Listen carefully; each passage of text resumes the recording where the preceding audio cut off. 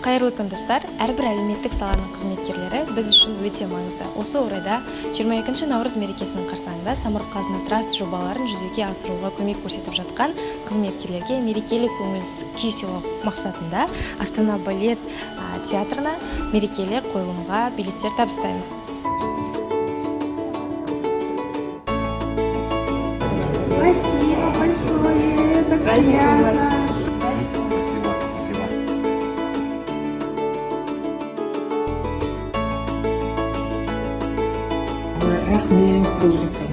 Это очень приятно получить вот такое приглашение. Я очень счастлива за себя и за наших педагогов.